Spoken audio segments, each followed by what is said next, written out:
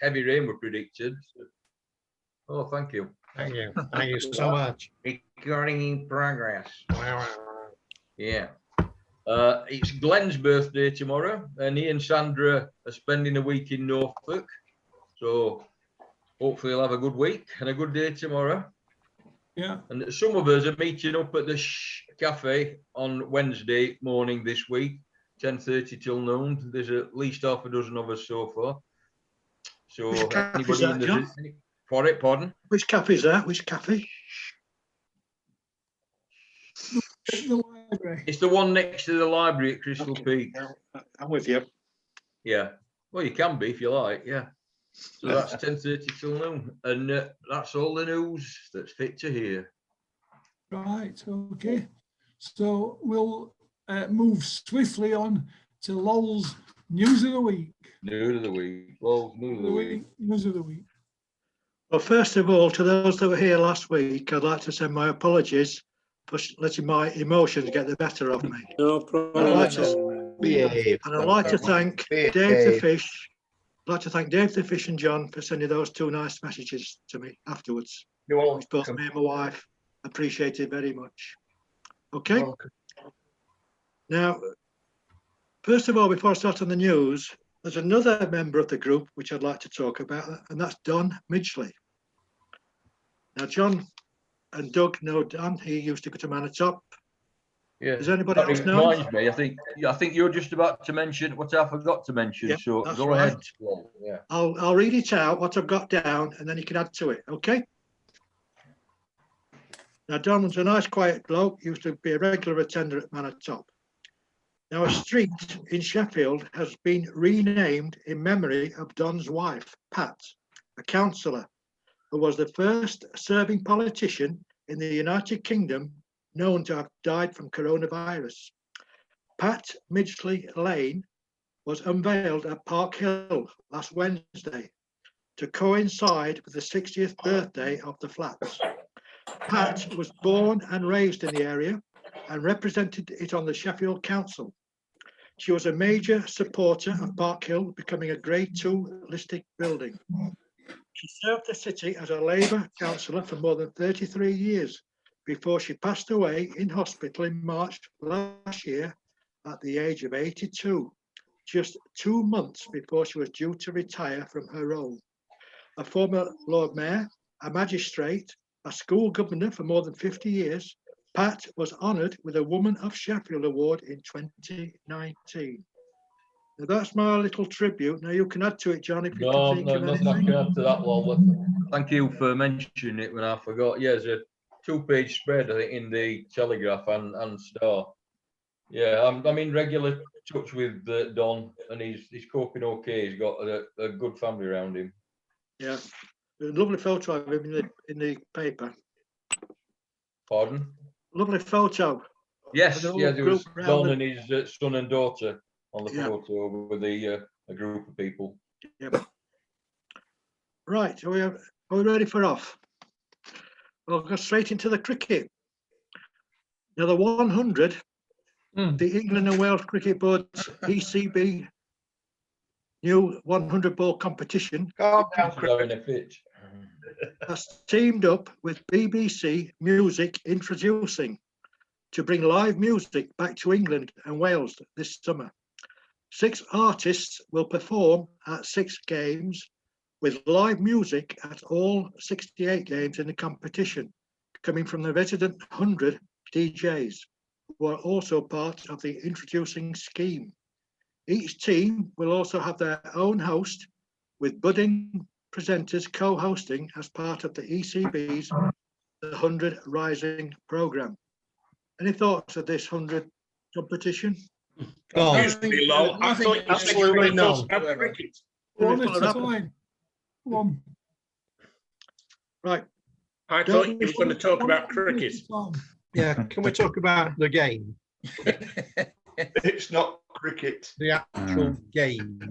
Got nothing to do with music. It's got nothing to do with anything else except for cricket. And you're not going to sell cricket to young people eventually unless you sell the thing as the game itself. It's no good thinking you can package it as something else, and then suddenly kids at the age of 13 years, 9 months, or 15 years, 11 days are suddenly going to want to go and watch a proper cricket match. They're not. They will wonder, where's the music? Where's the package? It's all razzmatazz. Yeah.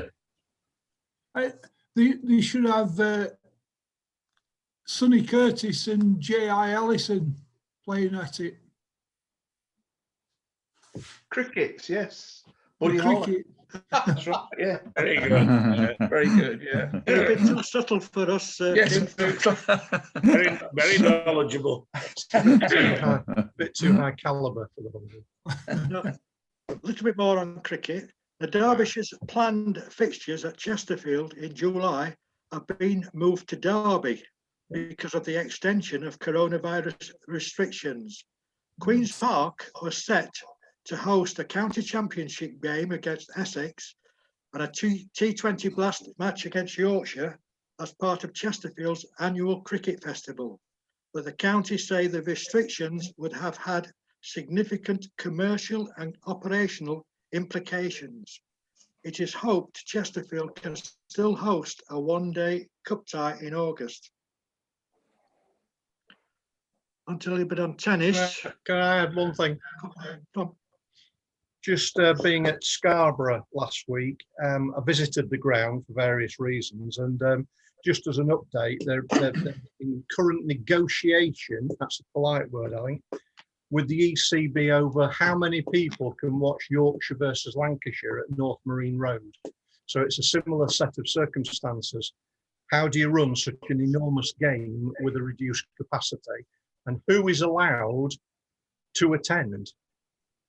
And unfortunately, I think what it will mean is that there will be virtually no on the gate entry.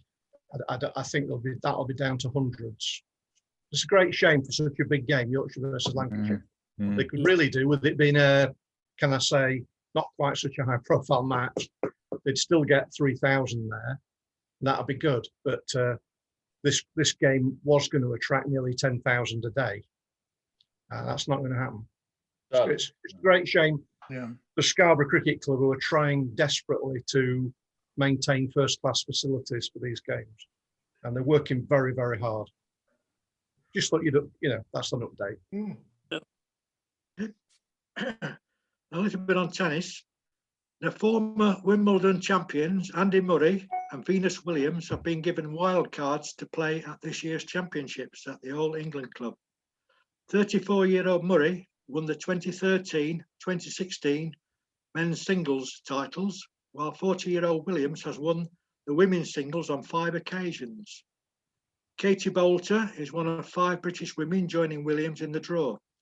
Spanish teenager Carlos Alcaraz, plus home trio Liam Brady, Jay Clark and Jack Draper have also received men's wildcards.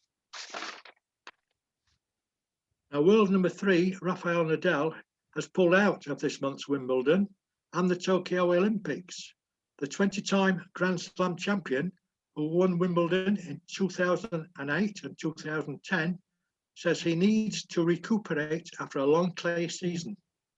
It's never an easy decision, but after listening to my body and discussing it with my team, I understand that it is the right decision. The goal is to prolong my career and continue to do what makes me happy, said the Spaniard. Now, this last weekend at Queen's, Cameron Norrie, his hopes of winning his first ATP title ended when he lost at Queen's to big serving Italian Matteo Berrettini 2-1. Anybody watch that game? Yeah. Yeah. Good, big serving man, that Berrettini. Is where my money's going for Wimbledon. I've got £5 to spare. I've scraped it together. I'm going to bet on him. What a player. What a serve. Yep. Wow. 140 miles an hour, was it? Yep, regular. Did anyone see him play Murray when Murray obviously lacking match court? Just phenomenal, because Murray played quite well actually, but this guy was just something else. He's is he world number 9, Lol? Is he world number 9? I think at the moment. Yeah. He's a hell of a player. He's worth a fiver, I think. Yep. Well, it's been on golf. Now, Bryson DeChambeau said it would be great for the game if he had played Brooks Koepka at the US Open. The pair have been in an ongoing feud over the past couple of years, which has increased in recent weeks, although DeChambeau has called it banter. The latest chapter has seen Koepka post a video on social media offering free beers to fans ejected from the Memorial Tournament for heckling DeChambeau. World number 5 DeChambeau said, "We banter back and forth. It's great fun." Bit of a silly item, that one. What we do is banter. God knows what they do. It sounds like a DeChambeau's to me. I had a Have you got feeling. a script writer there today, Keith? I had a feeling that one was coming. I felt that one. I had razor blades for breakfast this morning, Keith. Has kept to the script, hasn't he? The Spain's John Ram claimed an incredible first major after finishing with back-to-back birdies in a breathless final day in the US Open at Torrey Pines. 26-year-old Ram roared at a wall of fans after his putt at the 18th took him to 6 under and gave him a one-shot lead over South Africa's Louis Oosthuizen. Oosthuizen then bogeyed the 17th, meaning he needed to eagle the last to force a playoff, but he could only birdie. Rory McIlroy and Bryson DeChambeau challenged, but they faded away late on. Just a bit on athletics. Now, American middle distance runner Shelby Houlihan has been banned from athletics for 4 years after testing positive for a prohibitive substance, which she blamed on eating a burrito. The 28-year-old says she was told in January the anabolic steroid nandrolone had been found in a doping sample. Olympian Houlihan said it may have come from eating a pork burrito, which she said could lead to a false positive for nandrolone the night before her test. She's always denied ever taking dopes. Don't they all? Yeah. Ryan Cruiser, he broke the men's shot put world record after a 23.37 meter throw at the United States Olympic Track and Field Trials.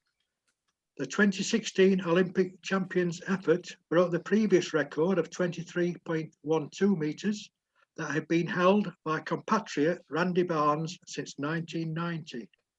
28-year-old Cruiser set the new benchmark with his fourth throw in Eugene, Oregon, saying, "The second it left my hand, I knew it was good. It's been a lot of hard work and dedication."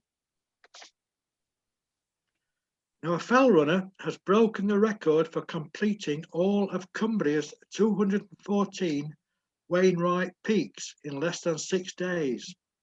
40-year-old Sabrina Bergy, a vet from Ambleside in the Lake District, finished the 325-mile route in 5 days, 23 hours, 49 minutes. She previously ran the course last year, but was forced to abandon another attempt last month due to brutal weather, which caused an asthma flare. Have you ever thought of doing that, Paul? No. I have done a fell race. Yeah. But I said never again after it. Yeah. One or two of us fell while we were racing, but My old boss at Artshead Square were a fell runner. Not that pillar cool managed us, Keith, but one above him who went on to greater things. Jason, they call him. right. I can't remember his surname now. He was an international fell runner. He Yeah. used to park his car at Tinsley and run into work every morning. Lived in Leeds, parked at Tinsley, and ran along Canal Bank into work every morning. How'd you go on this weekend, Paul? All right. Yeah. Okay. Thank you. Coming up soon. All right. Okay. I'll keep my mouth shut then. I've been on cycling now. Now, Chris Froome will race at this month's Tour de France but only as a domestic. His Israel startup nation team announced Canadian Michael Woods will instead try to win the Grand Tour event. Four-time winner Froome will be road captain in the 8-man squad for the race, which begins next Saturday, the 26th of June. Although my ambitions won't be as team leader, I hope to add experience and support as road captain, he said. A little bit on rugby union. A former British and Irish Lions captain, Sam Warburton, believes Warren Gatland can cement his legacy in South Africa. After leading the squad to a series victory in Australia 8 years ago and a draw against New Zealand in 2017, Gatland completes the set against the Springboks this summer.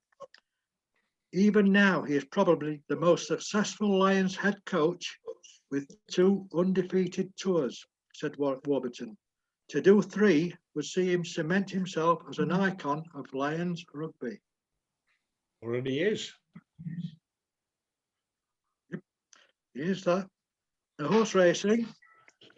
Now, jockey Levi Williams has been banned for 6 months after testing positive for cocaine and cannabis. 22-year-old Williams has sought help to stop his drug use since the failed attempt at Wolverhampton races on the 29th of January. A disciplinary hearing was told.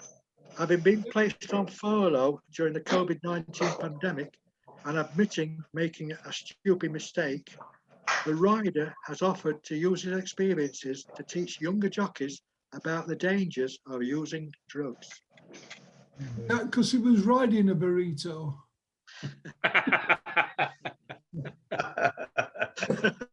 Somebody mute him, can they?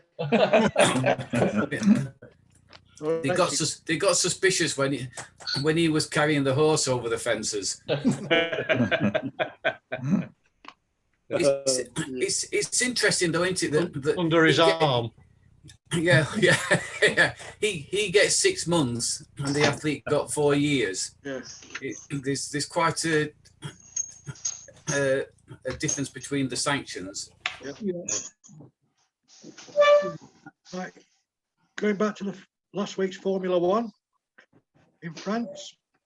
Now, starting on pole position, Red Bull's Max Verstappen extended his championship lead after overcoming Mercedes driver Lewis Hamilton in another nail-biting Formula One duel at the French Grand Prix.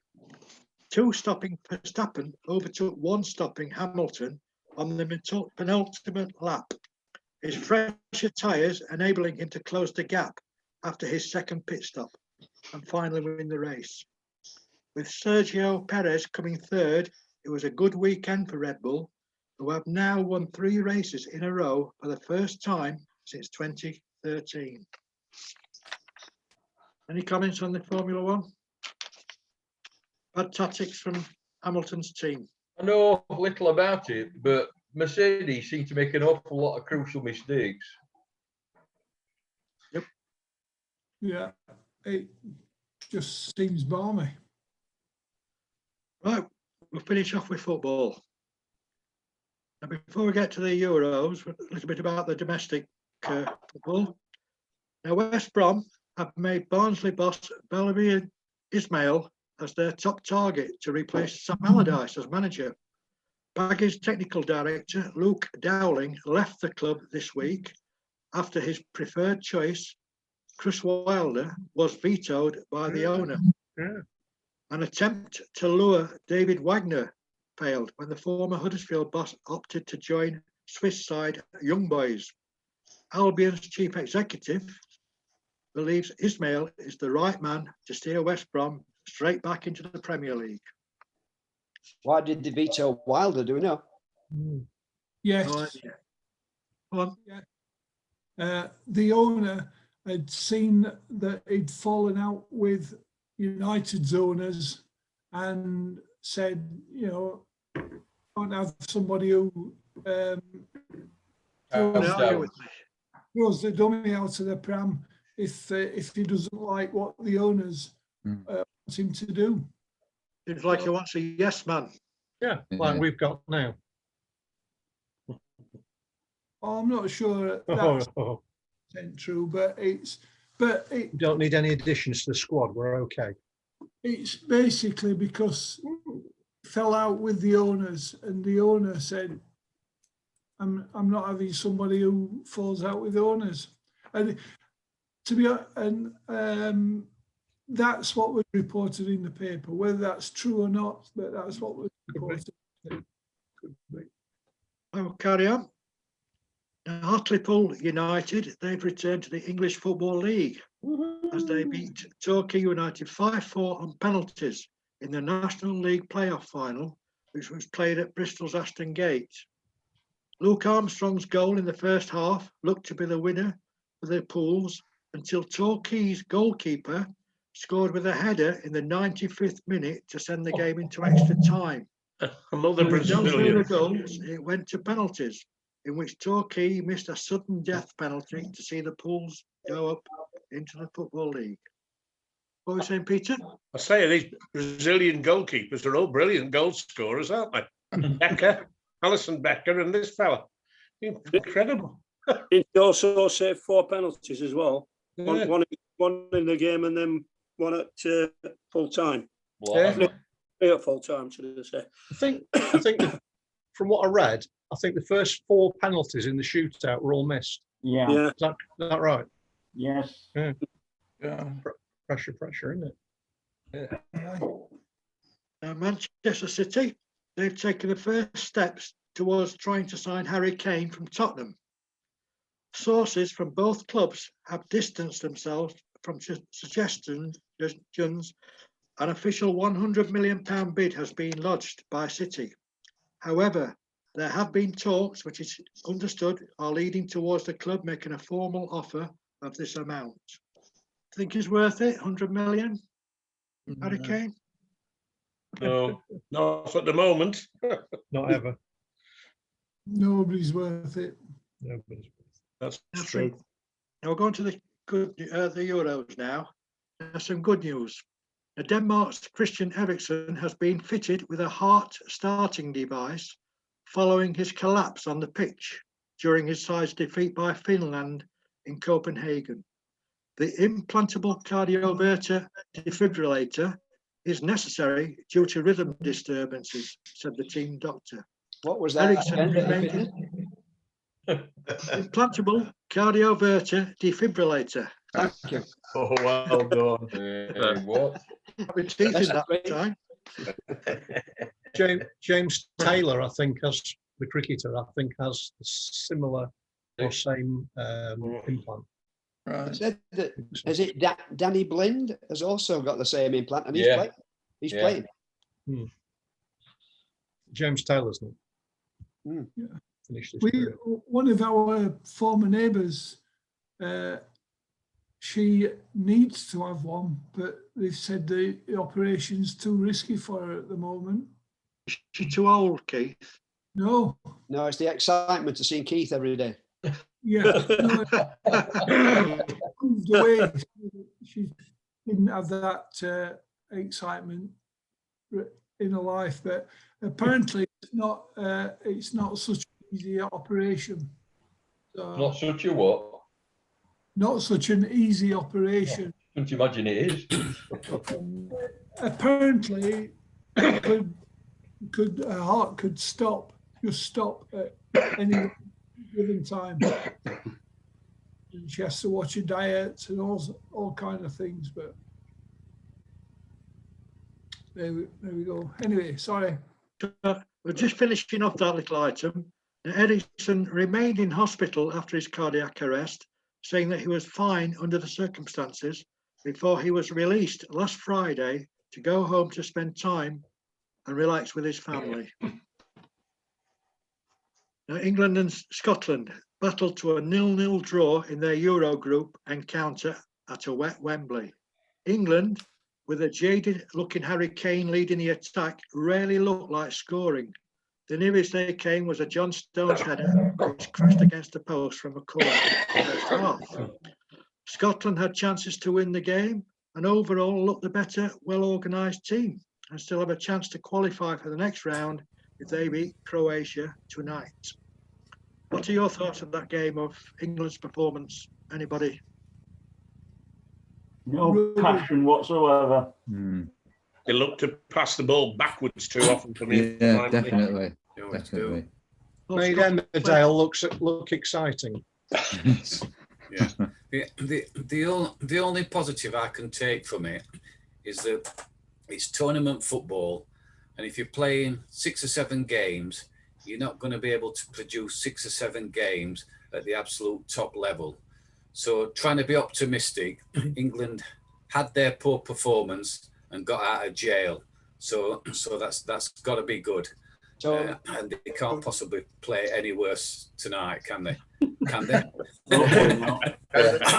Was that a rhetorical question?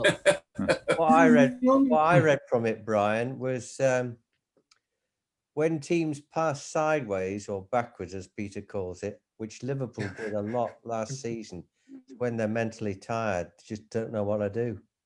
And that's what's wrong with them. They're all mentally tired. Yeah. On- Or on- on the- bored. Yeah. On the other hand, England would turn around and say, we've qualified for the next stage of the tournament. And that's what was important. So tonight, I'm not expecting anything much because does it really matter? Yes, And it for- and does. for Scotland- It does, Keith, actually, because if you look at the others, 2 or 3 of the teams, they're gaining, and somebody mentioned, it's a competition, what have you, so you've got to pace yourself, but they're getting a rhythm. England haven't found their Momentum. rhythm yet. Yeah. Momentum. The Very Italians didn't bother with that. They made 8 changes, and then during the game, the three that started were all changed. So they had a completely different team playing. who did What a that? big Rule for positive. Scotland, Big, Paul. sorry. Italy. Italy. Big positive was that Jack Grealish got on the pitch and won us 3 fouls in his first 5 minutes. Yeah. Just extrapolate that to 90 minutes, Wow, ban away. Yeah. Yeah. I thought you'd spot that, John. I thought you'd spot that. The Scots, as ever, and they do it in rugby union quite effectively.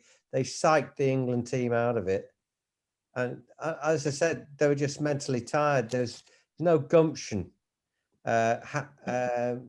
Kane's tired. Grealish came on. He had a great couple of games, but that game was his worst. It's the psychology at this level is so important, and if you haven't got it between your ears, then you're going to lose. Did anyone watch the Wales game? Did anyone watch the Wales game? Yeah.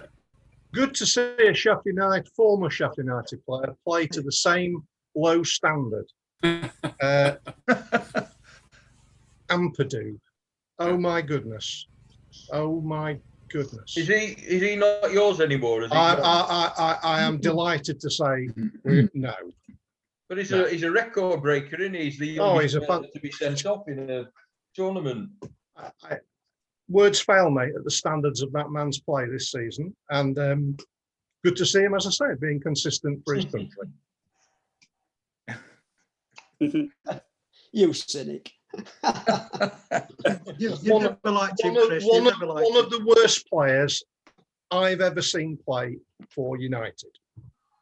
There's been worse, Chris. There's been worse. Not at that high level. At this level, No. that's one of the worst. Well, that really is the bottom of the bottom. Who's lucky enough to have him now then, Chris? Well, he's a Chelsea player. He was on a season loan from just Chelsea. on loan, was he? Yeah, He'll be on and loan somewhere else next year. let's hope that he's many miles away. He ain't that good. But going back to the England-Scotland game, one person that did impress me was an old United player, Che Adams. Yeah. I think he's improved a heck of a lot since he left United. Most of them do. Are you rooting for Scotland, Paul? Yeah, they have a great record, don't they? I would say though, given a choice, I think Scotland would rather beat England than win the Euros. Well, that's always a problem with the I Scots. think isn't it? It's a World Cup final, yeah. Yeah, it is. Seriously, they would. They would. Yeah, I think you're right. It meant a lot to them. Whereas quickly England finish don't appear to have any ambition, do they? No. I agree with Brian. I think that if you're going to win a tournament, you've got to build through it. I can remember teams like Brazil playing really well in the opening stages and being absolutely fantastic. I remember was it the 84, something like that. 82. Yeah, sorry, of course it was. And they were absolutely fantastic. And then Italy stuffed them. Mm. You've got to build through a tournament. 1966, England weren't that good at the beginning. They Well, they were weren't, booed off exactly. after the first Yeah, game, weren't they? yeah. They were not very good, made loads of changes and became very strong. So Donald, where's your trousers were a great Scottish record. I heard that on the radio the other day. Did you? Yeah. They played it on the radio, yeah. Fancy that, fancy that. Yeah, yeah, it was a quiz question on the radio. They played Mhm. Donald, where's your trousers? We have a rendition. Yes, come on, let's You see can, it. but I don't think you No. do You it, can yeah. have a rendition, but it won't be from me. Come on, Chris. No, not from a musician like you, Jonathan. I'm sorry. No way am I doing that in front of you. No way. Come on, boy, come on. He'll give you the backing Let track, the wind Chris. blow high, let the wind blow low through the streets of McKilty. I'll There you go. go, All there you the go. lassies say hello. Donald, where's your trousers? Excellent. Excellent. Well done, Thank you very John. much. Thank you very much. Thank you very much. We could have the excitement of a Scottish disappointment tonight, couldn't we? They do it so well. Yes. I can see the tears coming down Nicola Sturgeon's face now. Yes. You mean Jimmy Cranky? Jimmy Crystal. Or leg. Or leg. Yeah. Did Yeah, you I'm see, looking forward to that one. did anybody see the cartoon, the Mac cartoon, where they said that Nicola Sturgeon will probably demand a rematch if Scotland don't beat England?